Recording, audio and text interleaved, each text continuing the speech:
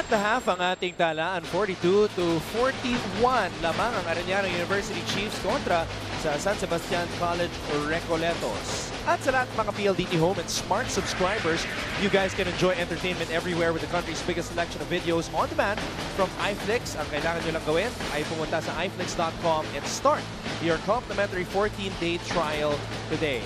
Maraming salamat muli sa napagtutok ngayon sa Season 91 ng NCAA. Ako po ang inyong lingkod, Anton Rojas, kasama si Mikey Reyes. Mikey, it's been a great matchup so far sa pagitan ng Arellano at San Sebastian. Talagang di kita ng laban natin ngayon and the differences of their games that they're showing today. Arellano from the outside and San Sebastian from the inside. So it will be exciting to see kung sino ang mananalo at the end of this game. Bradwin Ginto, nakaka-13 puntos na at may kasama pang 7 rebounds at 2 assists para pangunahan ng San Sebastian, but they are trailing by 1 right now. Ito yung sinasabi ko from the outside. AU, 16 perimeter points na, pero San Sebastian wala pa. But I think that's also the advantage of San Sebastian. They are very aggressive dito sa game natin. Kaya nga naman 13 attempts na sila from the free throw line as to only 3 for the Arellano Chiefs. Pero fast break points, lamang din ang San Sebastian, and that's good. Kasi at the start of this game, sinabi natin na Arellano Chiefs, yun ang laro nila. At sinasabayan talaga ng San Sebastian in terms of pushing the ball. Although, AU Chiefs bench points, Salado and Enriquez helping out 18-6 dito sa ating first half.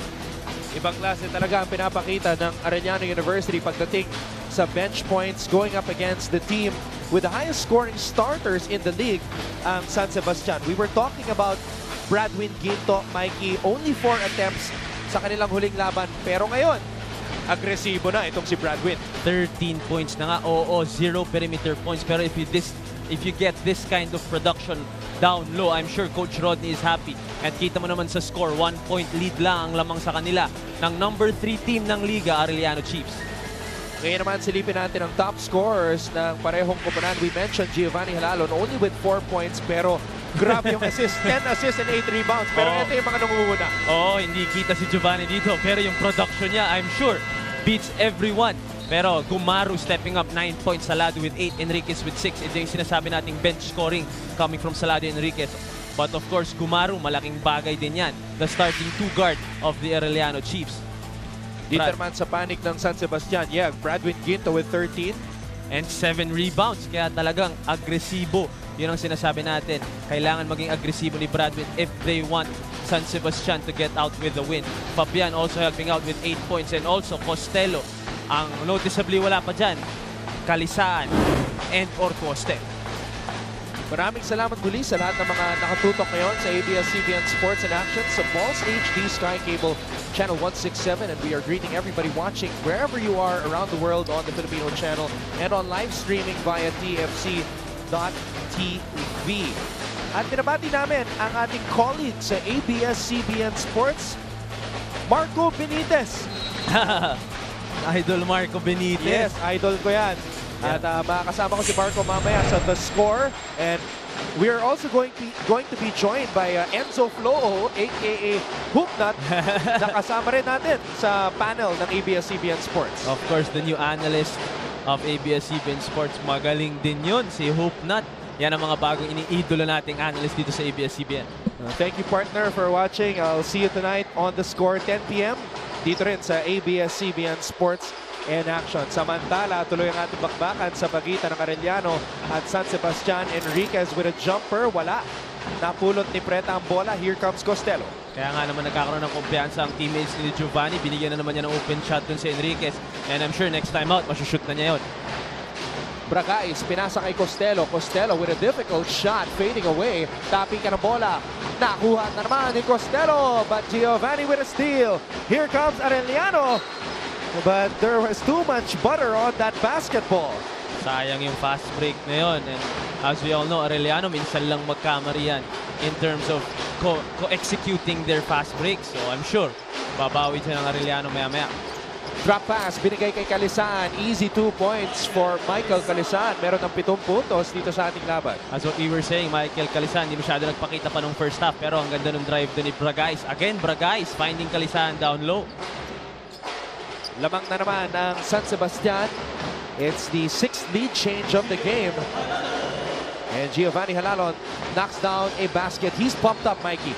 And that much improved jumper from Giovanni. Last season, di natin nakikita. Magaling na siya noon, lalo na ngayon na may jumper na siya. Fast play of the game brought to you by PLDT Home DSL, the #1 home broadband. I like how Bragais is playing. Talagang ina-atake yung depensa at naghahanap siya ng opportunities for himself and his teammates. But he was left behind by the bus driver on that last play. Kaya naman, lamang ulit ang Arellano University. Preta from the corner. That's an air ball. Here comes Giovanni. Giovanni with a pass to Salado. No-look pass ni Salado para kay Enriquez. I always said having sa letran Ray ng Batak and Kevin Recoletos na fast break, hindi mo alam kung sino babantayan. Pero for Arellano, ganun din, Halalon and Salado really taking control, especially in terms of pushing the ball. Tignan natin itong Master. Guapo move of the quarter. Watch out for more guapo moves powered by Master. Sikreto ng mga guapo. Halalon, Salado to Enriquez. That's a deadly combination on the run. And Salado didn't even need to dribble the basketball. Pagkuha niya, touch pass agad to Enriquez. Ang ganda pumas break nitong Arellano. Bradwin Ginto, born in Orani, Bataan, family moved to Australia when he was only 1 year old. 19 years na nirahan sa Australia si Bradwin. Kaya naman pala may slang talaga kausap itong si Bradwin Ginto. Pero in terms of playing underneath the rim, Pinoy na Pinoy, talagang barako. Babanggayin kahit sino. I couldn't have said it any better. Nobody is more barako in the NCAA than Bradwin Ginto. Costello with a drive. Costello with a pass. Kalisahan with the basket. And San Sebastian doing a good job finding Kalisahan for the easy baskets. Yan ang mga magandang mangyayari para kay Kalisahan, para umakyat yung kumpiyansa niya, especially as we near the end of this game. Halalon over Ginto. And Halalon is flirting with a triple-double again, Mikey. I'm not surprised, Giovanni Halalon. 10 assists and 8 rebounds to finish the first half. So I'm sure aabot yan si Giovanni. Ginto underneath. Sumobra. Rebound Enriquez, pinasa kay Gumaru. Gumaru finds Halalon. Giovanni inside, nagawan. Ginto with a steal. Here comes Costello. Kalisahan with a finish. Again, Kalisahan being at the right place at the right time, and Costello finding him. Kalisahan 6 straight points. I'm sure maakyat na to, maakyat na yung rhythm nito. 48 all. This is the 9th deadlock of the contest. Halalon, dinedepensa ni Bragais. Dioncy for 3. Tapingin ang bola, napulot ni Salado. Salado, inside pass, Enriquez with a finish. It's like you have 2 Halalons on the floor. I'm sure Salado hates me for calling him another Halalon, pero he plays the same game kasi talaga. And having these 2 guards playing for you, I'm sure Coach Jerry is happy with this combination. Actually, I beg to disagree, Mikey. I think he likes being described as another Halalon. Kaya nga naman, we were calling Giovanni Barry Allen and Salado. Ito naman si Dr. Wells, so talagang dalawang speedster for Coach Jerry Codinera. Actually, alam mo, tuwing nakakasalubong ko itong si Salado at si Halalon, I always mention the bus driver. And every time I mention the bus driver, napapatingin itong si Salado. Hindi pwedeng walang conductor naman kasi yung bus driver.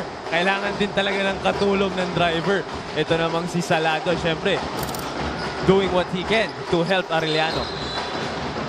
Enriquez, binangga. May tinawag na foul kay Bradwin Ginto. And Ginto has done an excellent job taking care of his fouls. That's only his first foul in today's game. As aggressive as he is on the offensive and the defensive end, disiplinado si Ginto dito at hindi pa nilalabas yan, Anton. Huwag po kayong aalis. Magbabalik po ang Season 91 ng NCAA. Ilabas ang galing. Magbabalik po ang Season 91 ng NCAA, and these are the upcoming games para sa Arellano University, Mikey. And 3 of those 4 games talagang contenders for a Final 4 spot. So I'm sure Arellano is ready for that. And like you were saying, maganda na bibigyan nila ng pahinga yung main gunners nila, yung Giovanni, Salado, and of course sina Holtz para ready sila sa mga upcoming games nila. Well, I like that next game coming up for Arellano, which is Mapua. Alam mo, Arellano and Mapua are two of the hottest teams right now in the NCAA. Yes. Parehong may mga win streak yan. And two of the fastest teams kasi kagaya na ang sinasabi natin kanina pa, number 1 in fast break points ng Mapua at hindi nagkakalayo, number 2 naman ang Arellano. High octane matchup yon, pero kailangan muna talunin ng Arellano University ang San Sebastian na pinapahirapan sila ngayong araw. At wala pa si Jamil Ortoste masyado niyan, and I think he hurt his wrist there. This is not a good development para sa San Sebastian. Nagpapasub si Jamil Ortoste. And we hate to see this happen to any of our athletes. Kumapit sa kanyang kanang kamay itong si Jamil Ortoste. Costello is set to check in for him right now. I think he's holding on to his right thumb. And Arellano taking advantage of that. Jamil Ortoste still playing ball despite hurting that right thumb. Apparently, it's a right thumb injury, Mikey. Well, fortunately, offhand niya yun, but still, that's a big story dito. Makikita natin kung maapektuhan ang outcome ng game na to. 54-52. Lamang ang Arellano. Halalon. Tumira sa labas. Bitin. Ortoste with a rebound. Ortoste. Pinasa kay Capobres. Capobres. Preta for 3. Spencer Preta knocks it down. So that was a big 3, pero itong si Preta, bitaw pa lang, alam mo, shooter na tong batang to. And still, wala pa tayong dead ball. Nasa loob pa rin si Jamil Ortoste na still holding on to his right thumb. Fabian getting the ball across. Fabian umatake. May tinawag na foul at sa wakas, mabibigyan na ng pagkakataon itong si Jamil Ortoste na magpahinga. Pero sa puntong ito, balikan natin si Myrtle Sarosa. Hello, Mr. Triceps. At ngayon nga kasama natin ang isa sa mga key players ng Arellano University Chiefs last season. Kasama ko ngayon si Levy Hernandez. Levy, ano masasabi mo ngayon sa laro ng iyong dating team? Masabi ko sa nila ngayon na sobrang bilis nila maglaro. Parang yung last year na ginagawa namin, mas inigitan pa nila yun. Levy, ngayon ka lang ba ulit nakabisita dito sa NCAA? Oo, ngayon lang. Anong pinaka na-miss mo dito? Siyempre naglalaro sa court. Excited. Lalo na pag maraming crowd. Lalo na mga Arellano, maraming crowd din. Thank you, Levy. Sana lagi mong bumisita sa amin dito. At ayan, balik muna sa iyo, Anton. Maraming salamat, Myrtle. Levy is actually one of 7 losses from Arellano University. Oh. Levy, narinig mo ba ako? Levy, alam naman namin na marami kang fans sa Arellano. Paalam mo naman sa kanila kung saan ka naglalaro ngayon at baka kung saan ka pwedeng panuorin. Kasi naman, siyempre, namimiss ka na namin dito sa NCAA. Abangan nyo ako sa PCBL, sa darating na October 11 opening namin. Kaya kasama ko si Papi, si Mikey Reyes. Kaya namimiss ko na kakalaro yan kakampi yan Kala mo pa sa akin. Thank you very much, Levy. At ayan yung ating bad boy ng hardcore. Gusto lang pala mag-promote. Sige, Anton, balik na sa'yo. Kakampi ko naman pala si Levy. Papi! Papi! Ikaw ba nakakita kay Levy sa crowd kanina, Mikey? Oo, kasi nung nagbe-pregame tayo, pagbalik natin dito, nag-text, nandun daw siya sa likod. Wow. Kaya nga naman tinext ko siya, nagsabi ka pa, ito, papa-interview kita.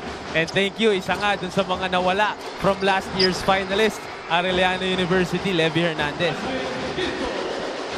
Shoutout pa para kay Papi, Mikey Reyes. Pero nagsalita lang si Levy, lumamang na ang kalaban. Mikey, 59-56, lamang na ang Golden Stacks. And I'm sure, ito yung mga oras na namimiss ng Arellano. Ang services ni Levy Hernandez, of course, Keith Alcovida, Nard Pinto. Pero nandiyan naman, sumistep up itong mga players ng Arellano katulad ni Cadavis. Zach Nichols continuing his slump, and that's not a good thing for Arellano. Di pa rin nakaka-tres ngayong araw. Pero eto, si Bradwin Ginto breaking out of his slump with a strong move. Brought to you by PLDT Home DSL, the #1 home broadband. Strong move. I think we should have a new segment. The Ginto move. Strong is it doesn't give justice to how this guy plays beneath the rim. 16 points na para kay Bradwin. He only averages 12.3 points per game. So he's overdone himself today. Oo, talaga naman. And of course, 4 shots nga siya last game. Ngayon, talagang kumakamada siya sa ilalim. And I'm sure talagang pinaalala sa kanya ni Coach Rodney yun before this game. At talagang hindi rin siya nilalabas ni Coach Rodney. Kaya nga naman, bumbu ang kumpiyansa nitong si Coach Rodney kay Bradwin.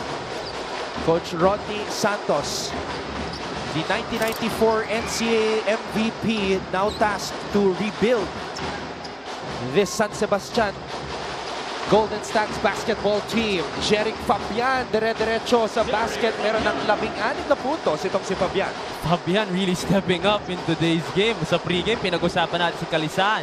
And Bradwin Ginto, nagtakbo ata. Siya rin daw, talaga naman. First half pa lang, napaka-agresibo na nitong si Fabian. Jeric Fabian only averages 6.9 points per game, Mikey. Pero dito sa labang ito, more than double, 16 points. And that is a big help para dito sa koponan ni Coach Rodney Santos. Of course, he would welcome point production from everyone else. Hindi lang naman Ginto or Coste Kalisaan ang team na to. Nandiyan pa si Costello at saka si Fabian. Sayang, wala si Vitus Beast. And I'm sure makakatulong din yun. Kanina, report ni Myrtle, si David at si Justin Mercado. Injuries.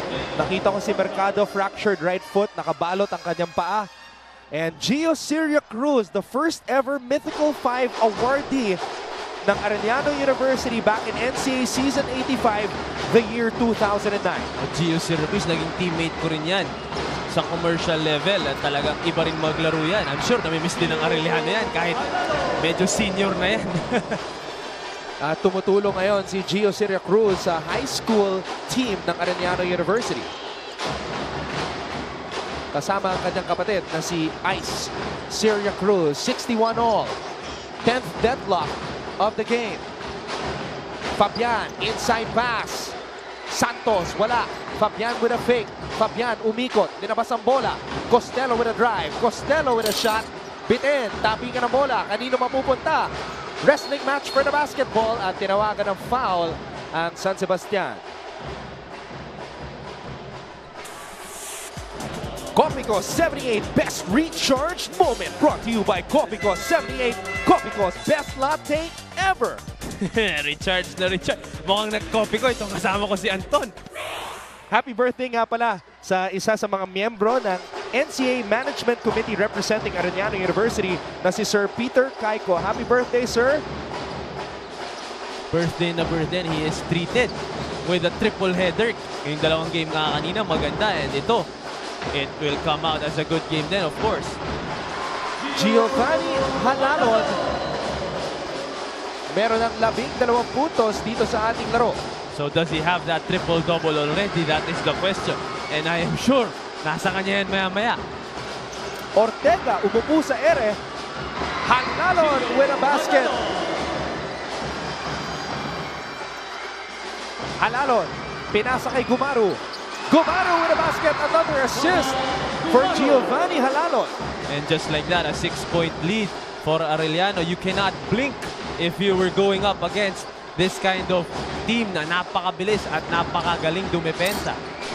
Basket is good para kay Capobres. Meron ng 4 na puntos dito sa ating laro. Giovanni Halalon with 12 assists now in this game.